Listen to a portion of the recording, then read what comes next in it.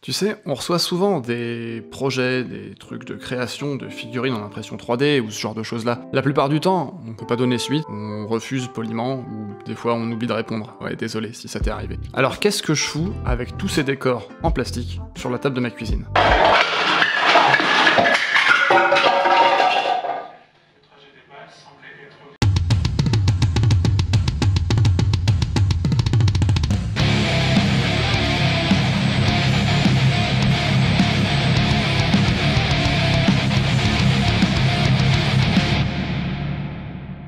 Ce programme loufoque et déjanté vous est présenté par nos généreux tipeurs ainsi que nos partenaires au pelage soyeux.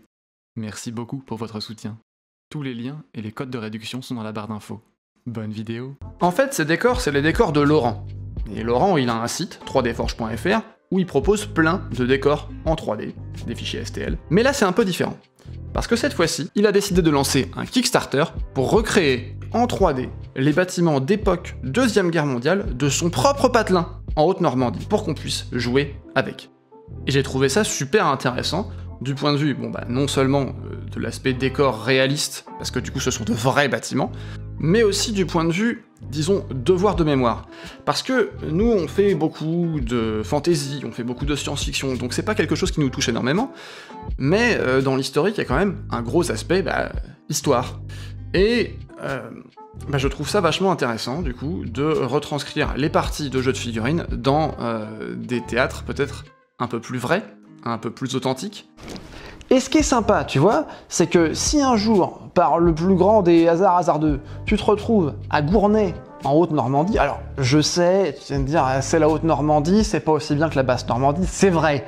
Mais bon, il y peut rien, il habite là-bas, c'est pas de sa faute, le pauvre. Enfin bref, si tu te retrouves là-bas, tu pourras rentrer avec tes petits pieds dans tes décors. Parce que, en fait, il y a certains de ces bâtiments-là qui sont toujours debout. Et ça, c'est trop bien. Hein. Donc, je voulais remercier, évidemment, Laurent de 3D Forge. Le lien pour son Kickstarter est dans la description. Va faire un tour dessus. Parce que vraiment, c'est pas mal, ça. Hein. Ouais. Ce que j'ai là, ce n'est qu'un petit échantillon de ce que le Kickstarter propose. Il y a énormément de bâtiments, énormément de décors, et il y en a beaucoup qui peuvent servir à plein d'autres jeux que juste Bolt Action ou des jeux Seconde Guerre mondiale, parce qu'après tout, un train, un café avec des poutres apparentes, ça sert un peu partout, quoi. On peut évidemment accéder aux intérieurs, rentrer dans les étages, monter, etc. Les intérieurs sont praticables et décorés, ce qui fait que, franchement, il y a de quoi s'amuser. En termes de solidité, c'est solide, parce que c'est fait pour être imprimé en PLA, donc en plastique, et je l'ai fait tomber sur mon carrelage, et il n'y a pas eu du tout de casse. Le seul petit souci, c'est que moi, je suis pas très pratiquant de l'impression 3D, et donc quand j'ai sous-couché tout ça, et que j'ai mis ça à sécher au soleil, eh bien, le soleil a, légèrement fait gondoler un peu tous les décors. C'est ballot, hein? Bah oui, mais en même temps, il fait 38 degrés dehors, qu'est-ce que tu veux? 38 degrés, mais n'importe quoi! 38 degrés, c'est pas une température, c'est un gin tonic. 38 degrés, ton gamin il a de la fièvre, n'importe quoi, le soleil, n'importe quoi. Du coup, j'ai des wagons de train en forme de banane. Ouais. Mais si ça t'arrive, il y a une solution. Attention, démonstration.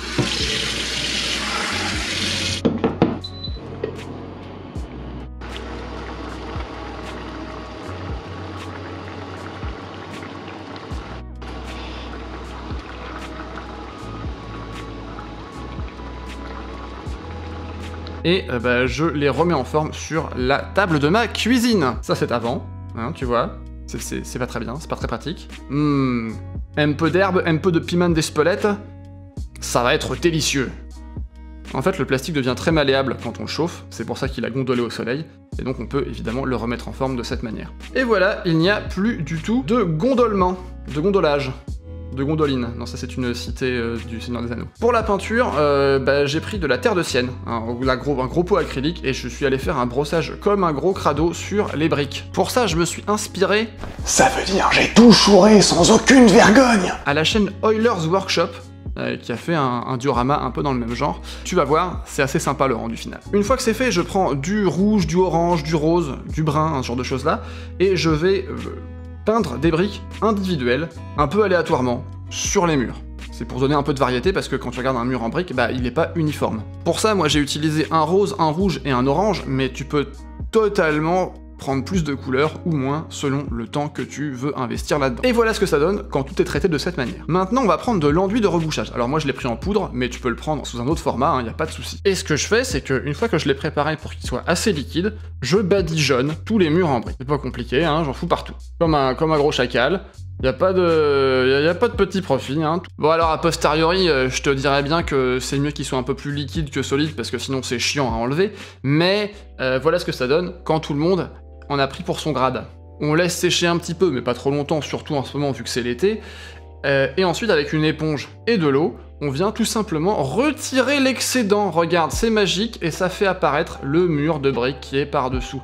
Alors attention, on a l'impression que ça en enlève pas mal, mais quand ça sèche, ça reblanchit derrière, donc il faut quand même bien y aller, Moi j'ai été un petit peu trop timide au début, et je l'ai un peu payé par la suite, tu vas voir. Donc il faut pas hésiter à y aller franco, et à faire plusieurs passages. Ça va peut-être même arracher certaines petites particules de peinture qui vont laisser apparaître le terre de sienne qui était en dessous, ou le noir même, et c'est pas grave, parce que ça donne de l'irrégularité, ça donne du réalisme, et ça c'est sympa. Alors j'ai tenté plusieurs techniques pour aller gratter plus dans les coins, avec un pinceau dur, avec une brosse à dents, même avec un bout de lime à ongles, mais en vrai, la vraie technique, c'est de préparer l'enduit plus liquide pour pas que il s'accumule trop, quoi. Une fois que j'ai fini mes murs en briques, je vais passer aux boiseries en mélangeant du noir et du brun, que je vais appliquer partout, sur toutes les parties en bois. Toutes les parties en bois vont recevoir un brossage de Zandri Dust, avec un gros pinceau. Et alors oui, je l'ai pas précisé, mais quand tu appliques ton enduit sur ton mur, tu prends pas un pinceau auquel tu tiens, parce que ça va défoncer le pinceau. Donc un gros brossage de Zandri Dust. Voilà, pas besoin de faire des chichis, on est pas chez Mémé, t'y vas comme un bourrin, c'est très bien. Et derrière, j'ai fait un brossage de Iron Rush Skin, toujours du Citadel, mais bon, n'importe quel beige va passer, Tout ça, même tarif, parce que je vais pas m'emmerder à chercher différentes couleurs et tout, c'est du décor, et puis il y a du kilomètre à peindre, donc ça va, maintenant. Et on peut passer au toit, maintenant, parce que c'est le dernier gros truc qui reste à faire. Les tuiles vont prendre un mélange de noir et de bleu. Pareil, vraiment, je suis pas dans la dentelle, là, tu vois, j'ai pas énormément dilué ma peinture, je bourrine. S'il reste un peu de noir en dessous, on s'en fout, ça fera réaliste. Je rajoute du blanc dans ma mixture, et je vais faire un brossage à sec vertical du haut vers le bas sur les ardoises, et le but c'est de laisser des irrégularités en fait, c'est que ce soit pas totalement homogène, un peu comme si la pluie avait coulé et puis un peu délavé le toit. Je trouve ça c'est plus sympa, ça fait plus, il y a plus de vécu quoi. Et je refais la même manipulation avec un peu plus de blanc cette fois-ci, pour finir le dernier éclaircissement, et je fais ça sur tous les toits en ardoise. Et on voit que c'est des techniques relativement simples, mais qui nous permettent d'avoir un résultat rapidement, et de plutôt bonne facture, je trouve. Pour le toit en ferraille de la gare, j'ai mélangé du bleu, du jaune, et du noir et du blanc, du gris quoi, et je vais faire un toit qui est un peu oxydé. Donc pour ça, en fait, je viens tapoter de manière très grossière la ferraille, histoire de créer des irrégularités, encore une fois. On voit un peu le noir qui dépasse par-dessous. Comme tu le vois, on est dans une technique de peinture très délicate, très fine et très précise, pas du tout comme un gros bourrin.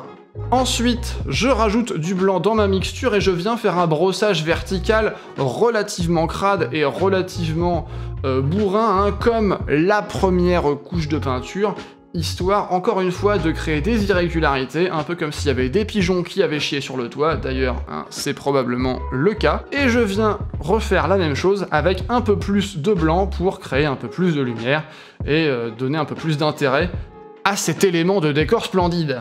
Et voilà ce que ça donne une fois qu'on a fini, du coup, le gros œuvre. Je vais pas te mentir, la suite, ça risque d'être un peu moins rapide.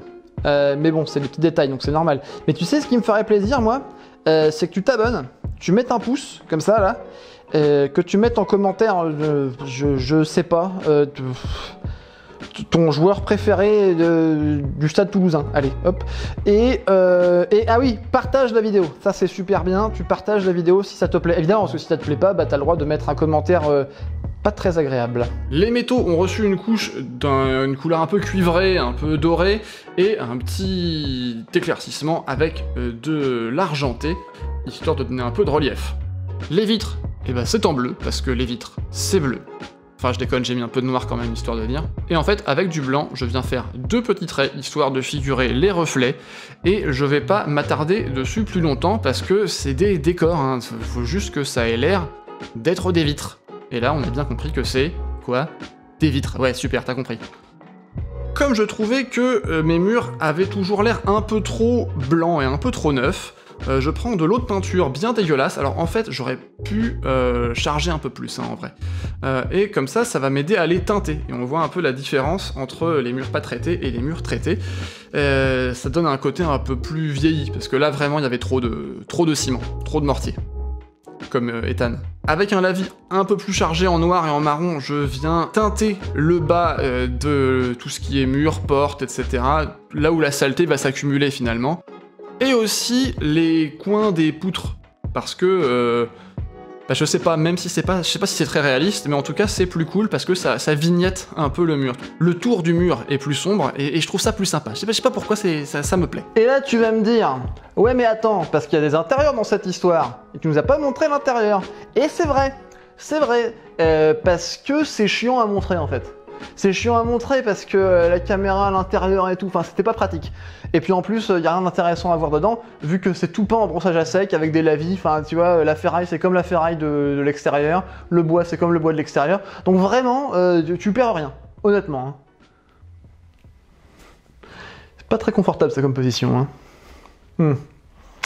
Intéressant. Je fais des petites coulures avec du vieux jus de peinture dégueulasse marron noir, là où il faut, hein, c'est-à-dire que là sur la cheminée, sur certaines fenêtres, etc.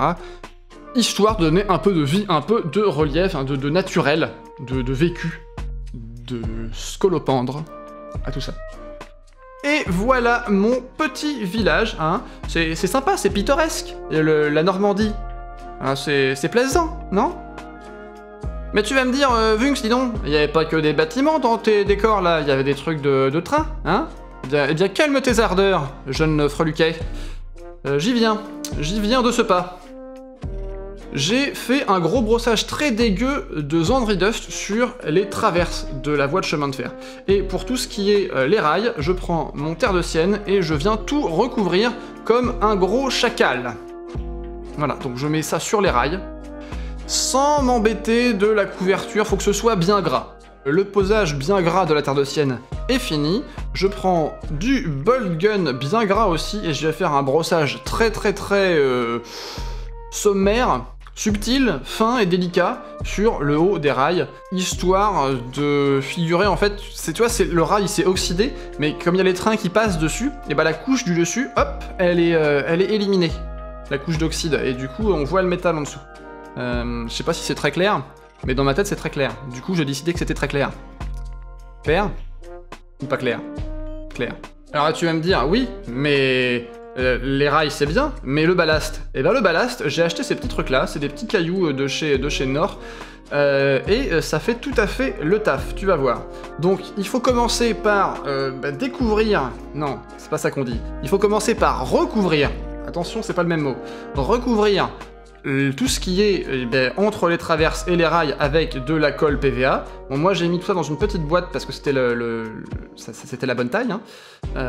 Mais toi tu peux le faire où tu veux, c'est juste qu'après tu vas mettre des petits gravillons partout, donc c'est un peu chiant. Mais donc voilà, j'ai mis de la colle PVA un peu partout, j'en ai mis une bonne quantité, peut-être un petit peu trop, hein, c'est probable, possible. Mais bon, mieux vaut tard que jamais. Et qui vole un œuf vole un bœuf. Et tant va la cruche à l'eau qu'à la fin, un homme averti en vaut deux. Voilà. Une fois que j'ai bien mis de la colle partout, et ben je verse des petits cailloux. Voilà. Ça c'est pas très compliqué ça. Hein. C'est pas très technique. Et normalement là, quand j'enlève l'excédent, bah j'en fous partout.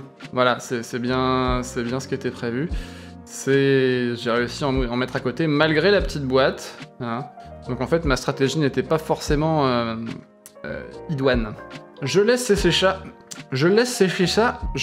sécher ça, hein, pendant que Calliope renifle des chaussures. Et une fois que c'est sec, hein, je viens faire une petite manipulation technique qui consiste à mélanger de la colle PVA diluée et du noir, histoire de créer une mixture de consolidation, hein. Et le but, c'est que je vais venir l'appliquer sur tout ce qui est ballast, afin de bien assurer la cohérence de l'ensemble et qu'il n'y ait pas des petits bouts de gravillon qui se barrent au milieu de la partie quand on va les utiliser, parce que c'est des décors, c'est censé être manipulé, il faut donc que ce soit solide. Et tu vois là, il n'y a rien qui se barre, tout est bien solide, tout est bien sec, et ça... eh bien, c'est très bien. Un très bon travail. Je mérite des félicitations. Les wagons, très rapidement, eh ben, j'ai fait pareil que les rails, hein, de la grosse terre de Sienne bien crado, appliquée à la va-vite, à la mort-moelle-nœud un peu partout. Sur le toit du wagon, vu que c'est un petit peu plus... il y a un peu plus de surface, eh bien, j'ai rajouté des petites taches de noir, des petites taches de marron, histoire de varier tout ce qui est oxydation et rouille. Les planches en bois, tiens, nouveauté, on a décidé de les peindre ce coup-ci parce que bon bah voilà, ils ont une peinture spéciale, voilà, c'est comme ça. Et j'ai décidé pour un verre d'eau.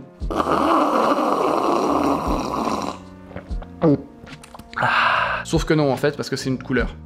Donc c'est pas pareil en fait, ça n'a rien à voir. Pour donner un peu de relief, hein, le fameux Zandri Dust, parce que c'est apparemment la seule couleur que je possède. Alors vraiment c'est à la one again, hein, y a pas vraiment de technique, on dirait ton papy parkinsonien qui essaie de manger une soupe.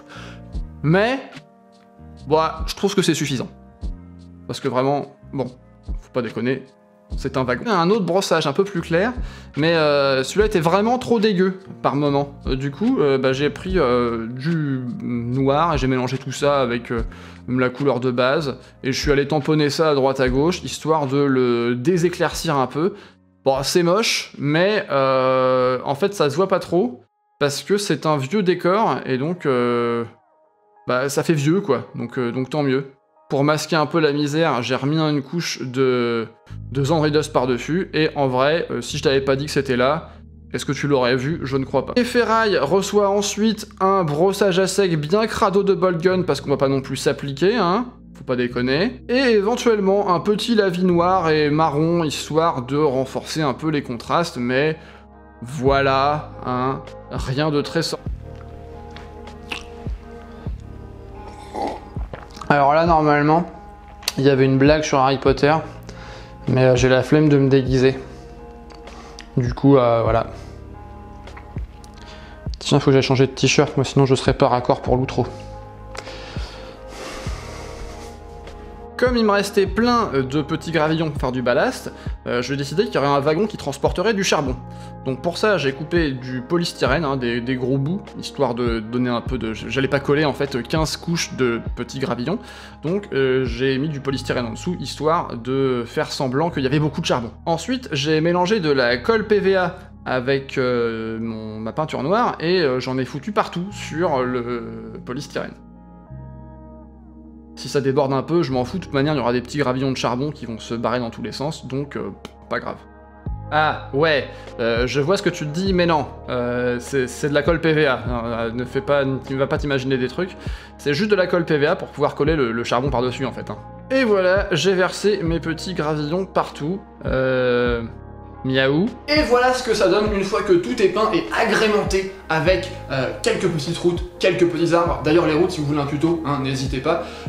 Des champs, bref. Donc on voit qu'en fait, il n'y a pas besoin de grand chose pour habiller une jolie table. Et franchement, ces bâtiments sont très très cool. On peut voir un peu les intérieurs aussi et comment on peut aménager tout ça. Et maintenant, bah, le projet est terminé, hein. Ah ouais, c'est terminé, effectivement. T'as bien bossé, hein? Ouais, c'était long, hein? Ah ouais, je t'ai bien attendu pendant que tu le faisais. Ouais. Bah, ça va, maintenant, t'es un peu soulagé, tu vois. Oui, ah bah... En plus, ça te libère vachement de temps, hein? Oui. Ah oui, t'as plus ça à faire, donc c'est bon. Ouais. Donc t'as du temps, donc maintenant tu peux faire tout ça, toute ton armée, maintenant. Ouais. Tu vois, c'est tous tes Russes, là, qu'on a reçus. Tu vas pouvoir les faire. Ouais. Ah oui, tiens, tant qu'il y est, t'en profiteras. Tu feras mes Allemands aussi. Allez, à dans 2 semaines. Mais... Ah, oublie pas celui-là. Ah, abonne-toi, mets un pouce.